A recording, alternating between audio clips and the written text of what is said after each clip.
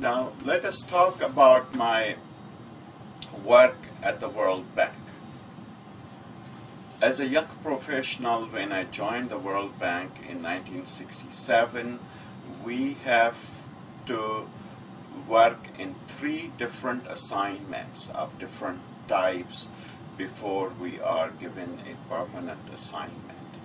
I was fortunate to have my first mission from the World Bank to Syria in the spring of 1968. This was first mission from the World Bank to Syria after the 1967 war. So it was a fairly important mission. I was in that mission assigned the task of looking at the central bank and sort of financial management of the country, which was very interesting. I looked at the export side, import side, traveled in several parts of Syria, and my first real exposure to, by the way, of working in a Middle Eastern country, it was really very exciting. My next mission was to Thailand, and here my role was as an industrial economist. I worked with 8 or 9 other team members who were all working on different aspects. Thailand was and continues to be a very fascinating country to me. I really enjoyed my visit and I learned a lot. My third visit was to Singapore, and this is more or less what formed the basis of my career.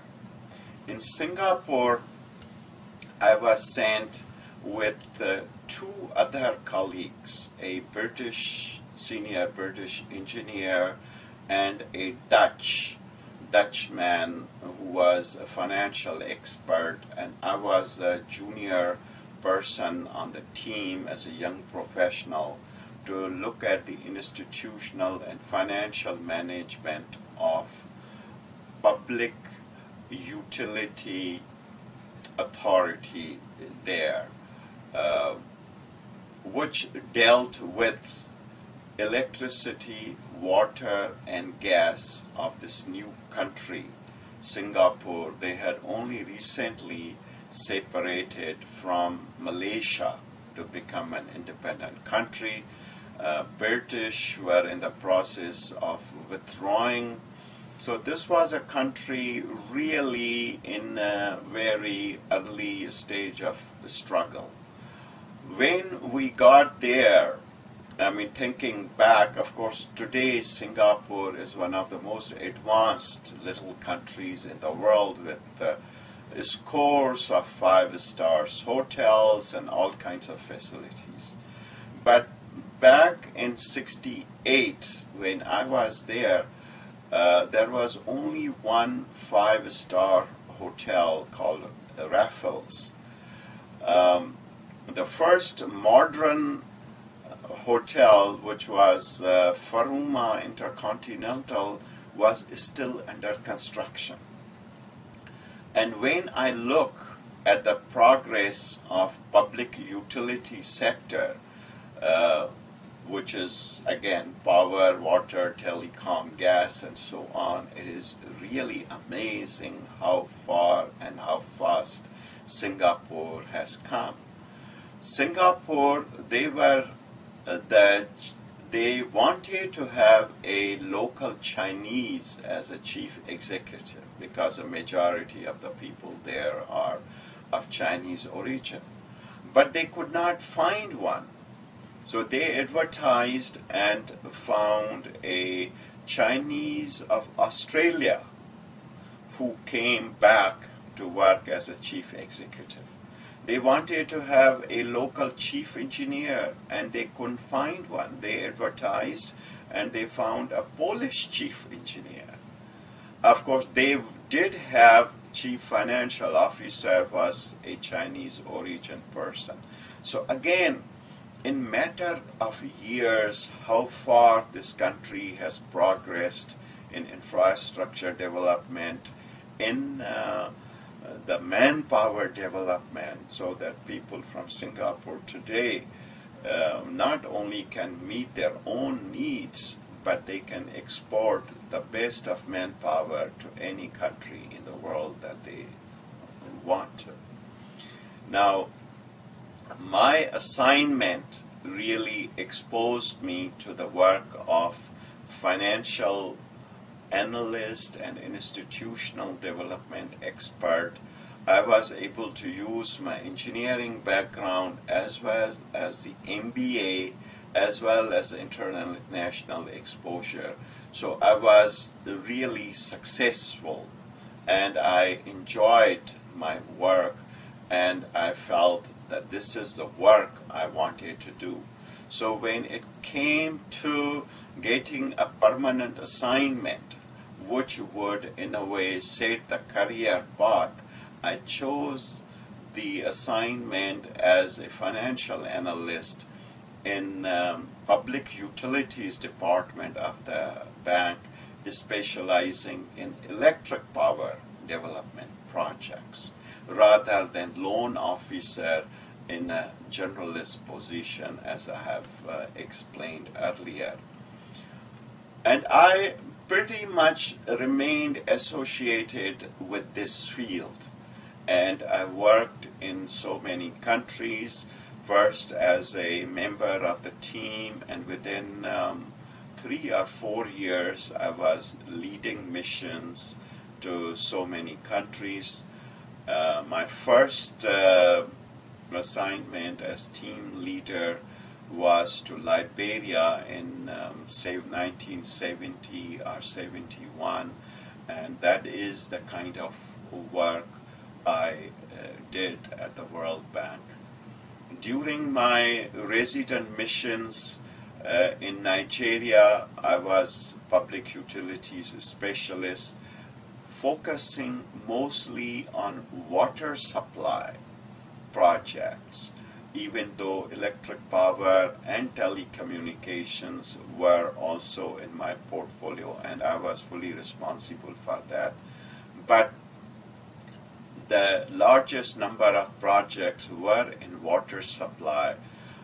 Nigeria at that time, I believe, had 9 states or provinces, and I was expected to travel to every one, work with provincial and local authorities to develop water supply, sewage, sanitation, that type of projects. And that's where I learned that field. In Saudi Arabia, I worked mostly on industrial development side. Saudi Arabia, of course, is well known for its oil and gas and basically revenue from that. But in those days, which was 78 to 80, the government wanted to diversify and get into industrialization. And a new organization called SABIC, Saudi Arabia Basic Industries Corporation, was set up to develop projects in Jubail and one more, Yambu.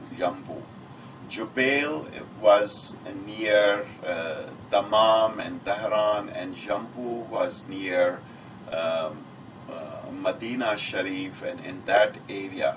So number of industries were to be built based on gas as the raw material, and I was very fortunate to lead effort in some of the big projects there, principally a joint venture between Saudi Arabia and Japanese called, it was a methanol production project.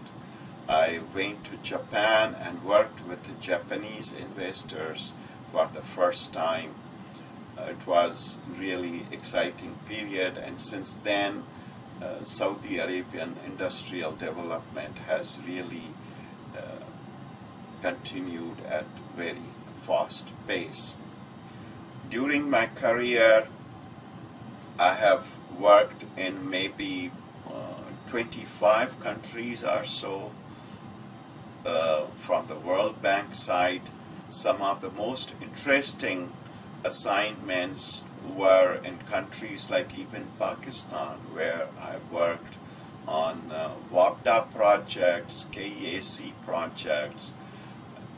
I was fortunate to see development of several countries. It is really sad that the development in Pakistan, especially in electric power and water supply sector, has not been as fast as we all hoped that it would be. Now, Somali experience was a very interesting one. That's when I was promoted to position of resident representative. This is rank of ambassador. I had full diplomatic status with flag on my car, and this is when I did the country management as such. This was indeed a real exciting one. But when I came back from Somalia, I again chose to go back to public utilities work at the World Bank rather than do more of these diplomatic type of assignments. World Bank is indeed a wonderful place. Now, in my post-World Bank period, that's when I really appreciated the importance of the World Bank even more. I took early retirement from the World Bank in 1996 as soon as I reached age 55. In fact, that is the day that I took early retirement, which was September 30, 1996. I qualified for pension, and I immediately accepted an assignment in Pakistan to work as chairman of the National Electric Power Regulatory Authority.